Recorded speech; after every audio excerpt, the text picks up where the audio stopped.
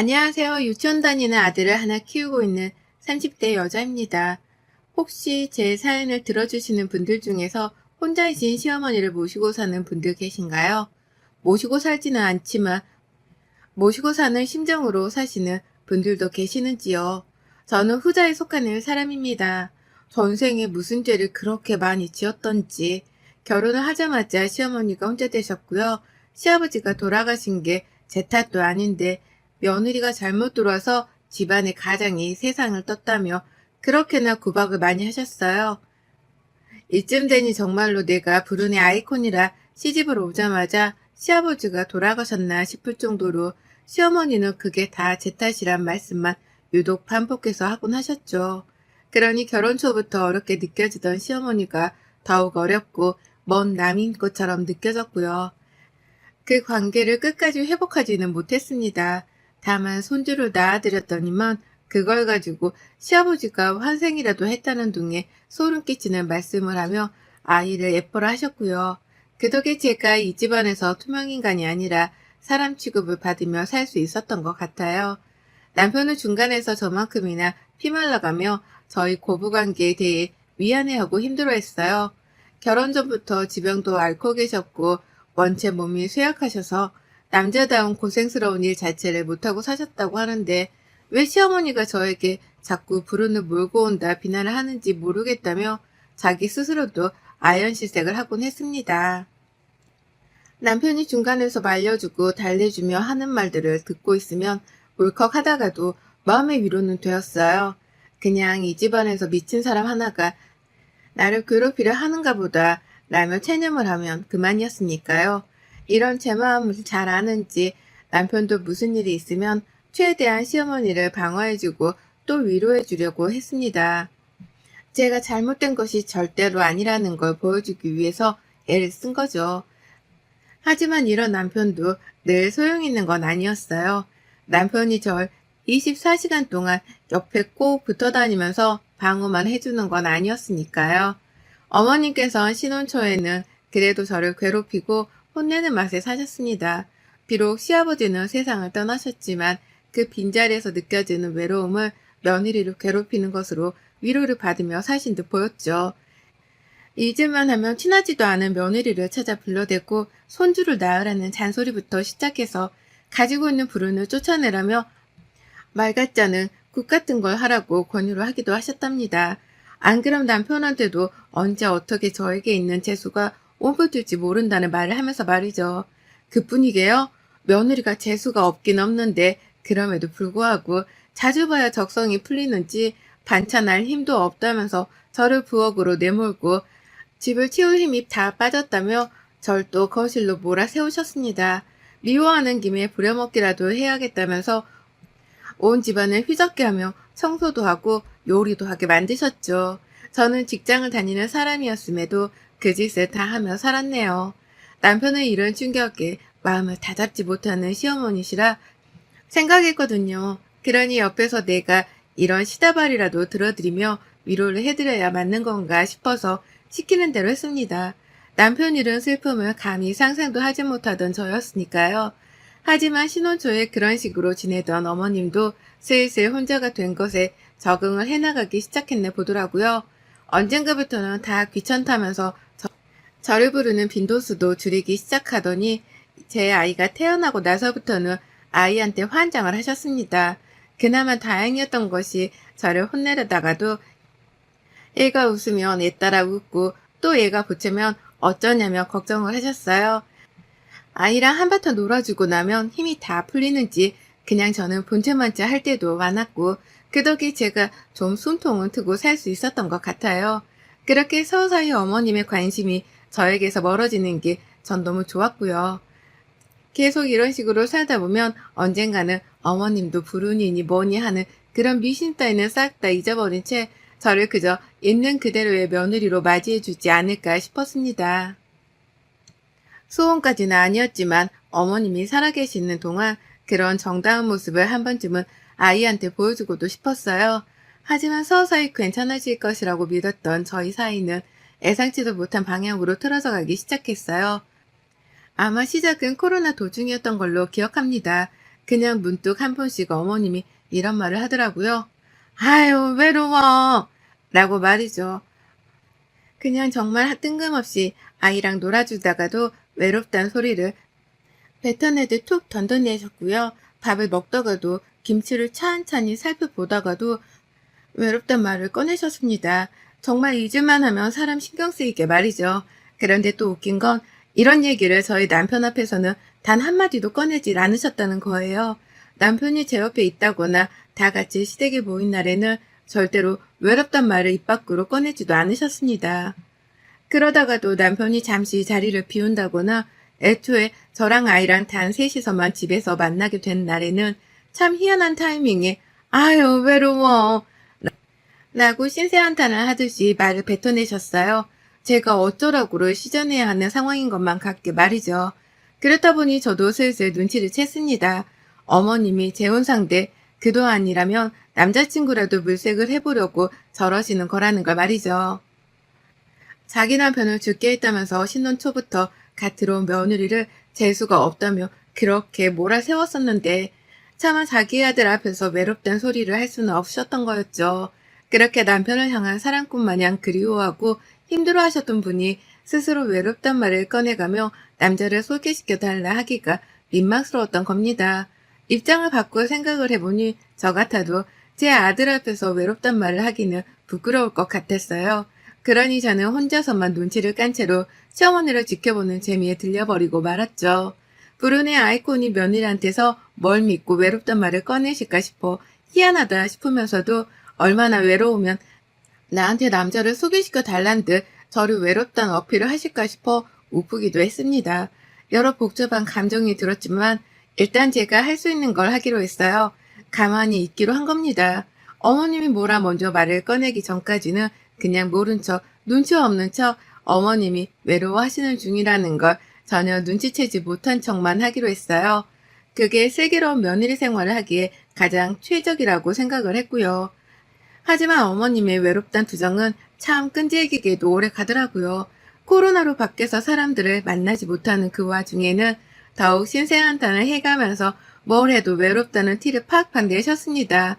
여전히 밥을 먹다가도 외롭다는 말씀을 하셨고 여전히 아이랑 놀며 신나라 하다가도 뜬금없이 외롭다는 표정을 지으면서 분위기를 잡으셨죠. 한 번은 외롭다는 게 사람을 못 만나 외로운 건지 아니면 시아버지의 빈자리가 느껴져서 외롭다는 건지에 대해서 정확히 물어보기도 했었습니다.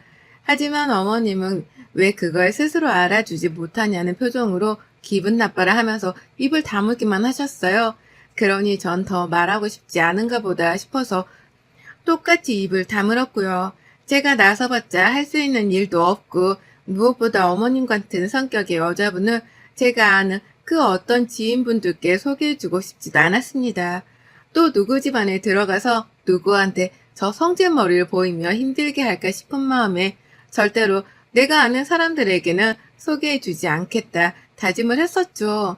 그래서 어머님이 아무리 외롭다 하더라도 모른 척 하기를 반복했고 그게 또 되풀이가 되니 어머님도 슬슬 짜증을 보여가기 시작하셨어요.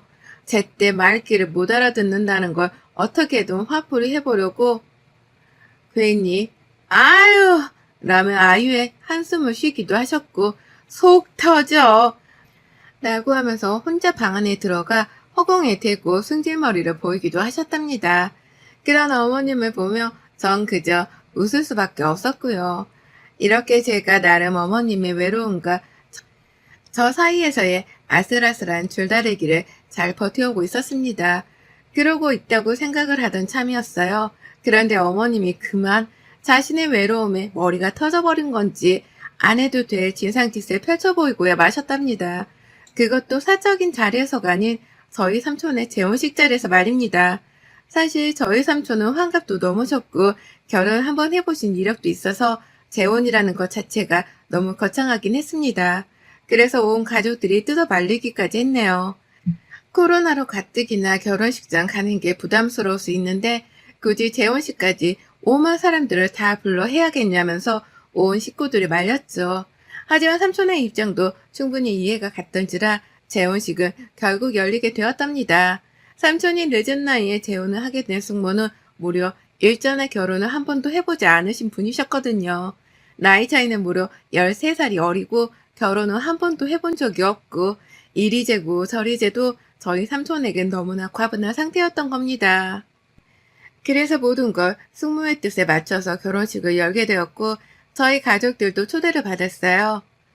숙모가 친인척이 많이 없다는 걸 감안해서 저희 가족들이 나서서 하객들을 여기저기 더 데려왔고 저는 저희 시어머니까지 모셔가게 되었답니다. 그렇게 시어머니는 제 결혼식 그리고 시아버지 장례식 이후 무려 3번째로 저희 친정 식구들을 마주하게 되었어요. 그리고는 일이 벌어진 거죠. 자리에 앉자마자 술을 찾기 시작한 어머님 때문에 제가 괜히 눈치가 보여 시어머니를 꼭 붙들고 있었습니다.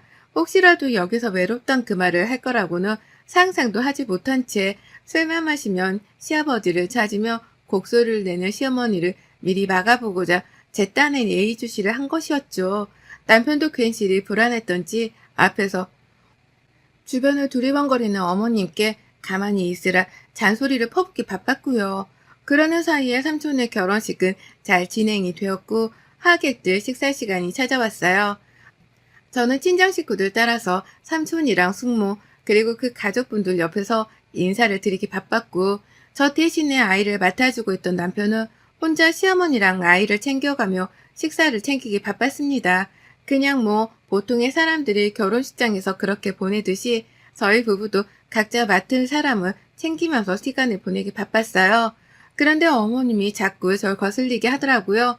그냥 아이가 잘 있나 싶어서 내 아이랑 남편을 두리번거리면서 찾다 보니 꼭 시어머니가 남자 앞에 서서는 술을 권하는 건지 아님 얘기를 좀 해보자고 부르는 건지 손을 건네는 장면들이 포착되었습니다. 그것도 매번 다른 남자 앞에 서서 말이죠. 그 중에는 저희 막내 삼촌, 그러니까 저희 아버지의 막내 동생이 분도 계셨고 누군지 뒤늦게 알기는 했으나 결혼하는 숙모의 친정 아버지도 계셨답니다. 사돈 어른께서 사별을 하고 혼자 지내고 계셨더라고요. 그걸 시어머니가 혼주석이 빈 걸 알고는 귀신같이 알아챈 건지 이미 다가가 대화를 나눠보고 계셨고요. 아 진짜 자꾸만 왜 저렇게 내 시선을 거슬리게 하는 건가 싶어서 여러 번 신경이 쓰이고 불안해서 눈길이 갈 수밖에 없는 와중이었습니다. 그러다 정말 잠깐 한눈을 판 것 같은데요. 뒤에서 아 진짜 이 할망구 왜 이래 아까부터? 라는 치떠는 남자의 목소리가 그 안에서 메아리쳤어요. 본능적으로 뒤를 돌아봤고 설마 하는 마음에 시어머니를 찾으려는데 소리나는 진원지에 저희 시어머니가 떡하니 서 계신 거예요. 어머님을 향해서 할망구라고 남자가 소리를 친 게 분명히 보였습니다. 그러니 저도 그렇고 남편도 그렇고 본능적으로 어머니께 달려갔죠. 사람들의 시선은 모두 하나같이 저희 어머님과 저희한테 쏠렸어요. 이 상황을 빨리 모면하는 것만이 남의 결혼식장에서 민폐를 부리지 않는 거라는 걸 저도 너무 잘 알았습니다. 그래서 남편이 어머님을 끌고 나가라는 걸 뒤에서 보채고 도와주면서 같이 어머님의 등을 떠밀어 나가려고 하는데 어디선가 차가운 무언의 액체가 제 팔을 감싸네요. 순간 뒤에서 누가 나한테 침이라도 뱉은 건가 싶어서 정신을 차리려는데 자세히 보니 액체가 노란 것이 맥주더라고요. 저희 엄마 또래의 여성분께서 시어머니께로 마시고 있던 맥주병을 들고 와서는 그 안에 든 맥주를 뿌리신 겁니다. 그 바람에 시어머니는 맥주에 홀딱 젖으셨고 저는 그 옆에서 얻어 젖어버린 것이었죠. 그리고 전 그런 상황에서조차 아무에게도 화를 낼 수 없었습니다. 맥주를 뿌린 그 당사자의 얼굴을 되려 자세히 보니 그건 바로 제가 어릴 적부터 자주 왕래하면서 지내던 저희 친정아버지의 절친인 삼촌의 와이프셨어요.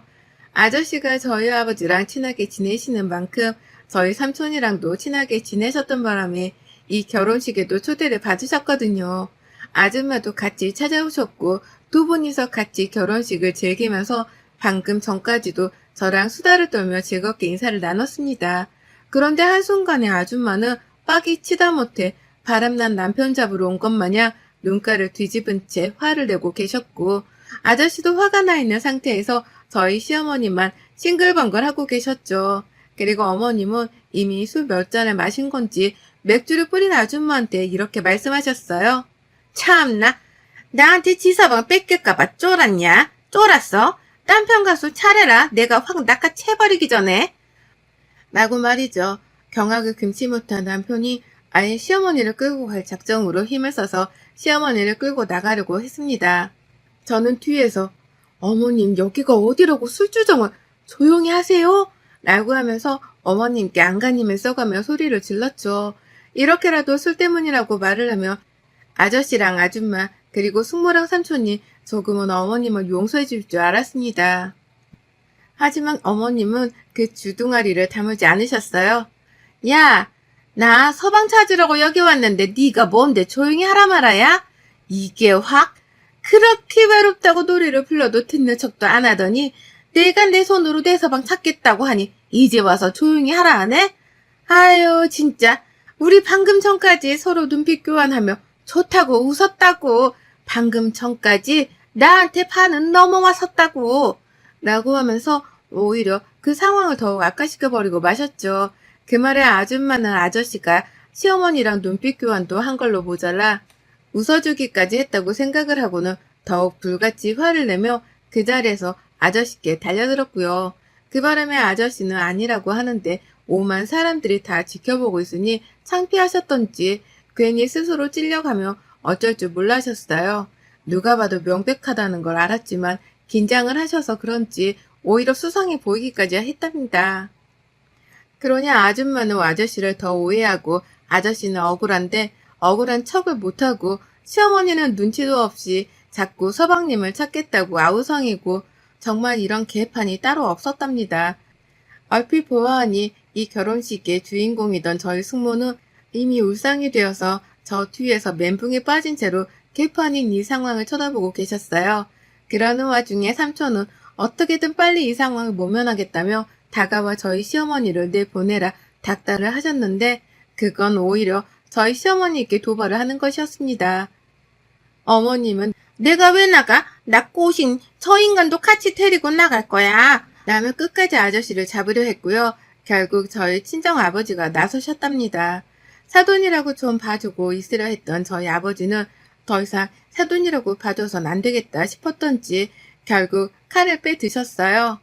사돈! 라는 길고도 굵은 발성으로 소리를 질러버리고 마셨답니다.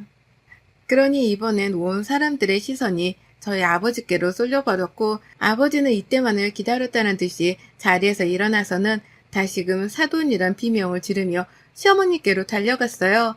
방금 전까지 술에 취한 사람만큼 행동하고 말을 하던 어머님이셨는데 저희 아버지를 본 어머님의 표정은 사뭇 진지했습니다.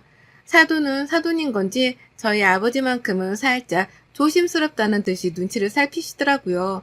그러다 왜요? 라며 아버지께 왜 불렀냐며 되물어보는데 누가 봐도 쫄은 것 같은 그 표정에 모두가 그제서야 참고 있던 말문을 트며 시어머니를 향해 비난의 욕을 퍼붓기 시작했습니다. 남의 결혼식에서 진상도 정덮고 부려야 한다며 수군대는 사람들. 저 사람은 누구의 식구냐면서 족보를 따져묻기 시작한 사람들. 그리고 신랑 신부를 걱정하는 사람들까지 모두의 욕이 한마음 한뜻으로 모여서는 그 공간이 수군대는 소리로 가득해졌네요. 그리고 그 사이 저희 아버지는 시어머니의 손을 잡아 끌었고 어머님은 이미 정신을 못 차린 채로 아버지한테 끌려 나가시다가 그 많은 사람들 앞에서 제 발에 걸려 된통 넘어져 버리고야 마셨습니다. 뒤태에는 맥주에 홀딱 젖어서 이미 꼬락서니가 보기 흉할 정도였는데요. 끝까지 큰 소리치며 나갈 줄 알았더니만 제정신을 못 차리고는 자빠진 그 모습에 결국 그 자리에 모인 모든 중년의 아주머니 아저씨들은 큰 웃음을 보이셨어요. 빨리 데리고 나가! 라면서 뒤에선 저희 친정 식구들까지 나서서 시어머니를 모시고 나가라 아우성을 쳤고 남편은 그 상황을 견디기 힘들었던지 결국 자기가 대신 고개를 숙여 남의 하객들에게 사죄를 하다가 혼자 나갔습니다. 그 길로 쪼개 팔려 죽겠다며 집을 가버린 거예요. 애를 데리고서 말이죠. 그러니 어째요. 저도 일단은 제 시어머니니까 데려온 제가 잘못이라는 생각에 죄송하다며 하객들에게 사죄를 했습니다. 숙모랑 삼촌한테는 거의 절을 하다시피 저희 어머님이 제정신이 아니에요. 나는 말로 한순간에 환자를 만들어버리는 발언을 던지며 사과를 했어요. 그리고는 뒤에서 자신을 아픈 사람 취급한다며 화를 내는 시어머니를 붙잡고 애 낳던 힘까지 끄집어내서는 어머님을 데리고 식장을 빠져나왔습니다. 정말 한 10년은 훌쩍 늙어버린 듯한 심정이었어요. 애고를 충분히 할 수 있었는데도 불구하고 이 사태를 막지 못했다는 죄책감에 저도 한동안은 정말 힘든 나날을 보냈답니다. 힘들게 결혼한 숙모한테 너무 큰 죄를 지은 것만 같아서 그것도 너무 죄송했고요. 다행히 숙모랑 삼촌이 저희 사정을 이해해 주시고 또 잊지 못할 해프닝이었다며 사과를 받아주셔서 망정이었지, 만약 그러지 않았다면 저는 평생 우리 가족들 얼굴도 못 본 채 살 뻔했습니다. 그렇게 생각을 하니 시어머니가 더 미웠어요. 그래서 전 그날 이후 시어머니의 얼굴은 쳐다도 안 보고 사는 중입니다. 만나봤자 외롭단 소리나 해대면서 어쩌라고를 시전할 만한 일이나 만드는 사람인데 더 만나봤자 내 정신건강에만 좋지 않다 싶었네요. 그리고 그날 결혼식장에서 오만 사람들의 야유와 원성을 들어가면서 제 손에 강제로 쫓겨나게 된 시어머니는 자기 서방 찾으려다가 망신만 당했던 것이 생각할수록 억울하고 분했던지 지금도 계속 저한테 연락을 시도하고 계십니다. 전화 좀 받으라면서 사정도 했다가 왜 안 받냐고 너도 나 무시하는 거냐며 화도 냈다가 혼자 이랬다 저랬다 정신 나간 사람처럼 연락을 해오고 계세요. 그날 있었던 일에 대해서 자신이 사과를 받아야겠다며 역정도 부리고 계시고요. 하지만 그걸 보고 가만히 있을 제가 아니죠. 여태 쫓겨난 걸 인지하지도 못하신 채 까분다면서 제가 오히려 남편에게 모든 걸 맡긴 채 철저히 무시하고 있답니다. 가뜩이나 외로워 죽겠다 말씀하시던 분이신데 가끔씩이라도 찾아가던 며느리랑 손주를 못 보게 되었으니 얼마나 처절하실지 안 봐도 뻔하네요. 지금 어머님께 할 수 있는 가장 최선의 복수는 어머님을 더욱 외롭게 만들어드리는 거라고 판단을 했습니다. 그래서 전 제 판단에 따라 어머님께는 찾아가지도 않고 말 걸어드리지도 않으며 더 외로우시라 떠밀 거예요. 그걸 느끼고 나면 어머님도 아시겠죠. 남의 결혼식장에서 자신이 얼마나 큰 민폐를 끼치다 왔는지에 대해서 말이죠. 이제 저는 외로워할 줄만 하고 남 생각은 못하는 어머님을 안 볼랍니다. 지긋지긋해서 제 손으로 먼저 털고 떠나랍니다. 여러분의 생각은 댓글로 남겨주세요. 오늘도 시청해주셔서 정말 감사합니다.